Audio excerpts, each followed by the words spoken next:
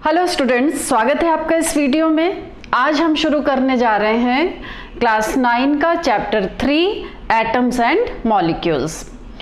तो जैसा कि हम सब जानते हैं कि मैटर बहुत छोटे छोटे पार्टिकल से मिलके बना होता है और उस पार्टिकल को हम कहते हैं एटम।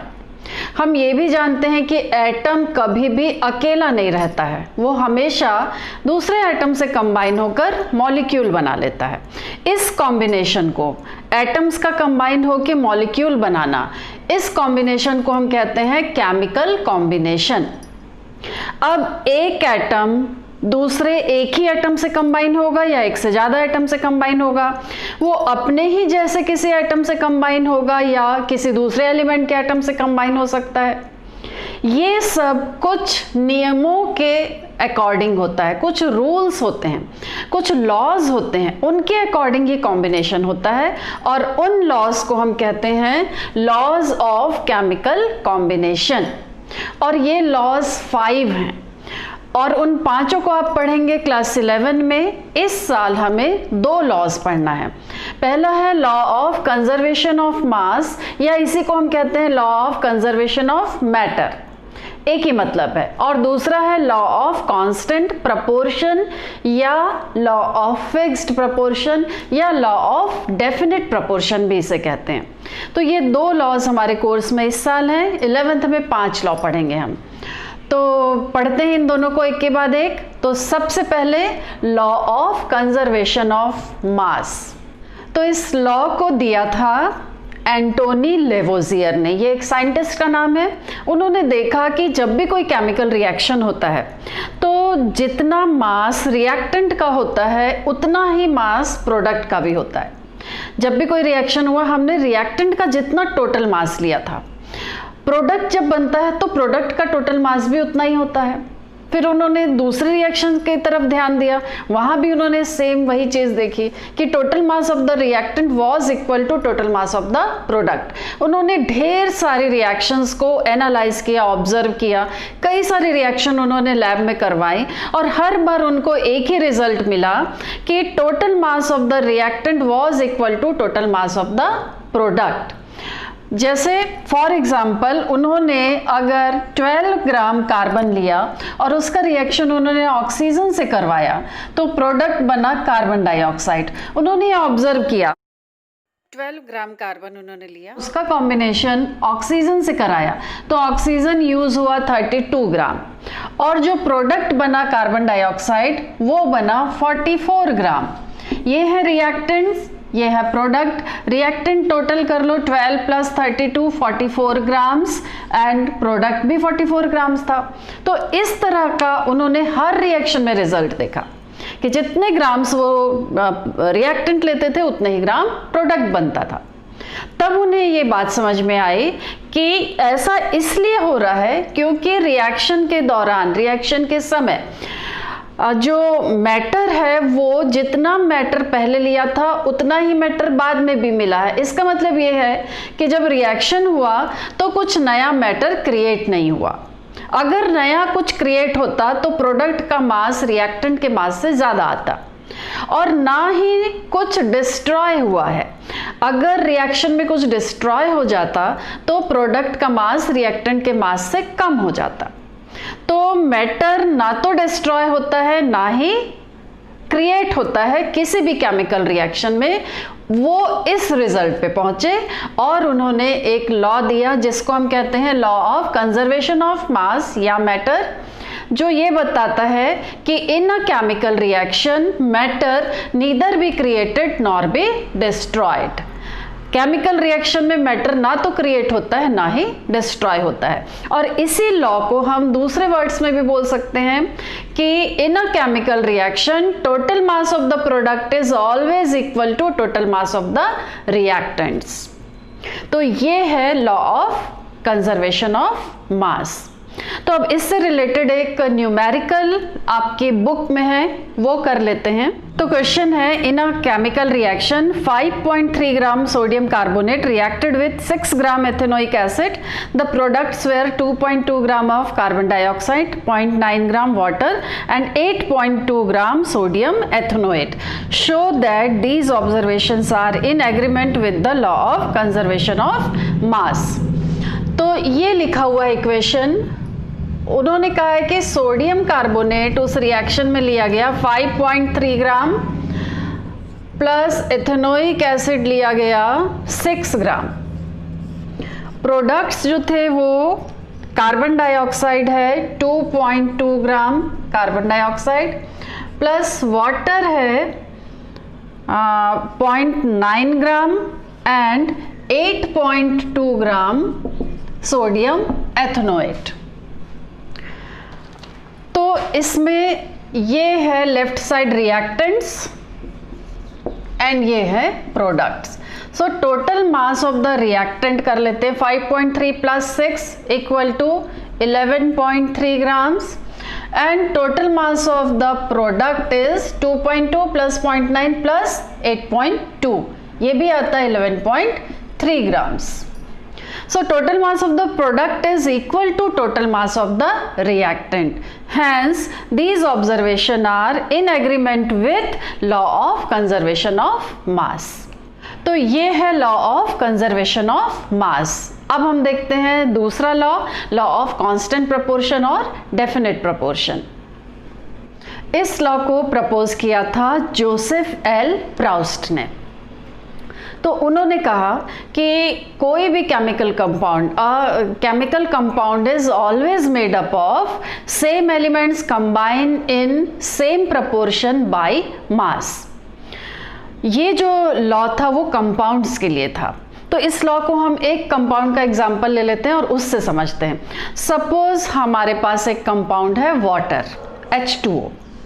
तो अगर हम वाटर के बहुत सारे सैंपल जमा कर लें, मतलब एक वाटर आपका टैप वाटर है, दूसरा आप किसी रिवर का ले लो, तीसरा आप किसी सी का ले लो, झरने का ले लो, रेन वाटर ले लो, इंडिया का ले लो, अमेरिका का ले लो, जापान का ले लो, इस तरीके से आप 10, 20, 50, 100, 1000 भी सैंपल अलग अलग जगह से वाटर के इकट्ठे कर लो और उसके बाद उसको एनालाइज जब आप करेंगे तो आपको क्या मिलेगा रिजल्ट, कि हर सैंपल में वाटर जो कि एक कंपाउंड है, केमिकल कंपाउंड है, वो दो एलिमेंट से मिलके बना है। पहला एलिमेंट है हाइड्रोजन और दूसरा एलिमेंट है ऑक्सीजन। हर सैंपल में आपको यही देखने को मिलेगा कि वाटर हाइड्रोजन और ऑक्सीजन इन दो एलिमेंट से ही मिलके बना है और इनका प्रपोर्शन बाय मास हाइड्रोजन और ऑक्सीजन का प्रपोर्शन फिक्स्ड है। फॉर एग्जाम्पल वाटर में हाइड्रोजन एंड ऑक्सीजन का बाय मास प्रपोर्शन कितना है? वाटर का फॉर्मूला होता है H2O। तो हाइड्रोजन के एक एटम का मास है 1U, H2 है इसलिए ये हो जाएगा इंटू 2 मतलब 2 एंड ऑक्सीजन के एक एटम का मास है 16U। तो ये रेशियो हुआ 2:16। अब हम इस रेशियो को सिंप्लीफाई भी कर सकते हैं, तो सिंप्लीफाई करेंगे तो आएगा 1:8। ये है ratio by mass, ratio of hydrogen and oxygen by mass which is fixed. मतलब आपने जितने सैंपल इकट्ठे किए हैं सारे सैंपल में पहली बात तो ये है कि वाटर हाइड्रोजन और ऑक्सीजन इन्हीं दो एलिमेंट से मिलके बना होगा और इन दोनों एलिमेंट का जो रेशियो है बाय मास वो 1:8 ही होगा। रेशियो यही होगा, ये रेशियो फिक्स्ड है। ये है लॉ ऑफ कांस्टेंट या फिक्स्ड प्रपोर्शन। अब यहाँ पे बाय मास का मतलब कि हाइड्रोजन के जितने भी एटम है उनका टोटल मास कितना है, ऑक्सीजन के जितने भी एटम है उनका टोटल मास कितना है और उसका रेशियो। यहाँ पे बच्चे एक गड़बड़ करते हैं, जब उनसे पूछा जाए कि वाटर में हाइड्रोजन और ऑक्सीजन का रेशियो कितना है तो कई बार वो गलत आंसर देते हैं और उनका आंसर होता है 2:1। क्योंकि उन्होंने देखा 2 हाइड्रोजन है 1 ऑक्सीजन है, तो उनका आंसर हो जाता है 2:1, जो कि गलत है। ये जो रेशियो है 2:1 ये नंबर ऑफ एटम्स के अकॉर्डिंग है। हाइड्रोजन के 2 एटम, ऑक्सीजन का एक एटम। ये बाय मास नहीं है, ये बाय नंबर ऑफ एटम्स है ये रेशियो। ये वाला लॉ इसकी बात नहीं कर रहा है फिलहाल। ये लॉ कहता है कि by mass ratio is fixed and by mass ratio is 1:8। मतलब ये हाइड्रोजन का एक एटम है जिसका मास है 1U, ये हाइड्रोजन का दूसरा एटम है इसका मास भी है 1U, और ऑक्सीजन का ये एक एटम है जिसका मास है 16U। तो number of atoms of hydrogen भले ही 2 हैं, लेकिन ये बहुत छोटे छोटे हैं, इनका मास 1U है, तो टोटल हुआ 2U।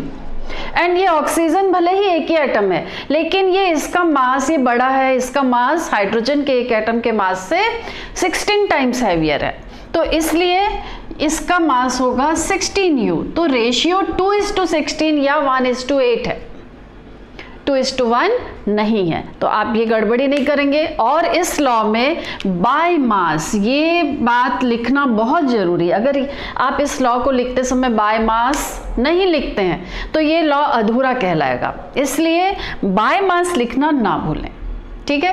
तो chemical compound is always made up of same elements combined in same proportion या fixed proportion by mass, ये है लॉ। तो ये हुआ वाटर का एग्जाम्पल। एक एग्जाम्पल और देख लेते हैं कार्बन डाइऑक्साइड का। तो कार्बन डाइऑक्साइड में कार्बन एंड ऑक्सीजन का रेशियो ये हम चेक कर लेते हैं।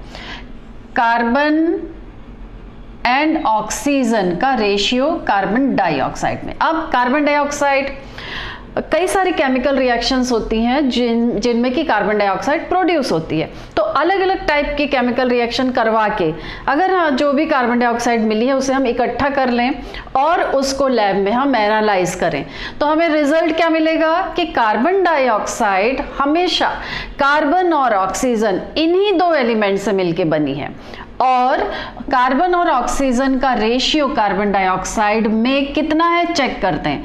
कार्बन के एक एटम का मास है 12, तो कार्बन का रेशियो है 12 एंड ऑक्सीजन का है 16। यहाँ हम देख रहे हैं 2 ऑक्सीजन है इंटू 2, तो ये हो गया 32।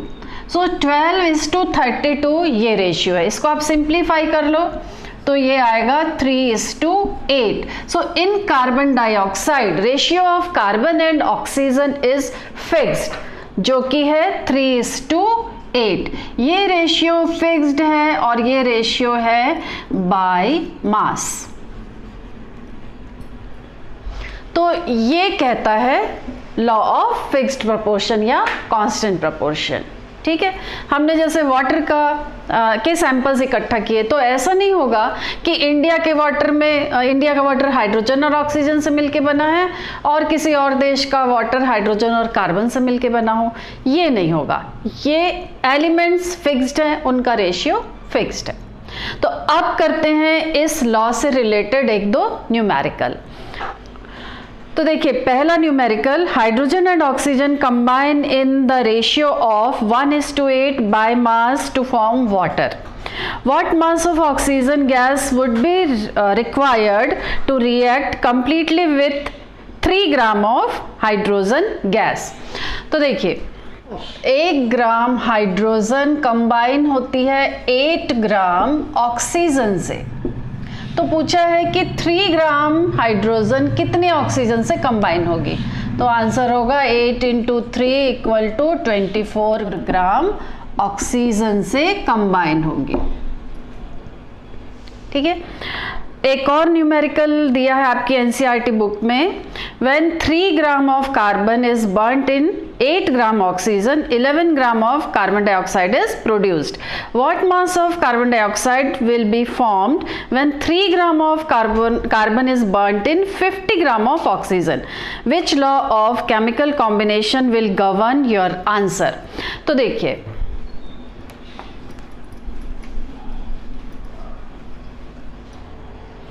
रिएक्शन होगा carbon plus oxygen gives carbon dioxide. Question में बोला है कि जब 3 ग्राम कार्बन 8 ग्राम ऑक्सीजन से कंबाइन होती है तो 11 ग्राम कार्बन डाइऑक्साइड बनता है। अब बोला है कि अगर ऑक्सीजन 50 ग्राम हो और कार्बन 3 ग्राम ही हो तो कितने ग्राम कार्बन डाइऑक्साइड बनेगी। यहाँ बच्चे गलती करते हैं, वो आंसर लिखते हैं 53 आंसर लिखते हैं वो 53 ग्राम, क्योंकि उन्होंने देखा कि 3 + 8 11 ग्राम और यहाँ भी 11 ग्राम है, जितना प्रोडक्ट है उतना ही रिएक्टेंट है। ये है according to law of conservation of mass, first वाली लाइन। जब कार्बन 3 ग्राम था, ऑक्सीजन 8 ग्राम था, टोटल रिएक्टेंट का मास हो गया 11 ग्राम, प्रोडक्ट भी बना 11 ग्राम। ये है according to law of conservation of mass. अब हमने पढ़ा लॉ ऑफ फिक्स्ड प्रोपोर्शन में कि कार्बन डाइऑक्साइड में कार्बन एंड ऑक्सीजन का रेशियो 3:8 है, जो कि बाय मास फिक्स्ड है। तो अब अगर हमारे पास 3 ग्राम कार्बन है और ऑक्सीजन 50 ग्राम भी हो अगर, लेकिन 3 ग्राम कार्बन 8 ग्राम ऑक्सीजन से ही रिएक्ट करेगी, चाहे आपके पास 50 ग्राम ऑक्सीजन हो, चाहे 500 ग्राम हो, चाहे 5000 ग्राम हो। अगर कार्बन 3 ग्राम है तो वो केवल 8 ग्राम ऑक्सीजन से ही रिएक्ट करेगी और 50 - 8 यानी कि 42 gram oxygen will remain unreacted and carbon dioxide 53 grams नहीं 11 ग्राम्स ही बनेगा। तो इस तरीके के क्वेश्चंस आते हैं जो कि आपकी एनसीईआरटी बुक में है। तो आपकी एनसीईआरटी बुक में ये दोनों लॉज हैं, दोनों लॉज को पूछा जाता है। 1 नंबर 2 नंबर के क्वेश्चंस आते हैं कि state law of conservation of mass या लॉ ऑफ कांस्टेंट प्रोपोर्शन। दूसरा पूछता है इस तरीके के न्यूमेरिकल्स जो हमने अभी 3 किए, उसी तरह के न्यूमेरिकल्स इस टॉपिक से पूछे जाते हैं। इंपॉर्टेंट लॉ है, आगे इसका काम आएगा, 11th में आपको फिर से एक बार पढ़ना है। इस साल इतना इन दोनों लॉज के लिए पढ़ लेना काफ़ी है। तो वीडियो अगर पसंद आया हो तो इसे लाइक करें और चैनल को सब्सक्राइब करना ना भूलें। अगले वीडियो में हम पढ़ेंगे डाल्टन्स एटॉमिक थ्योरी। तो मिलते हैं अगले वीडियो में, बाय बाय।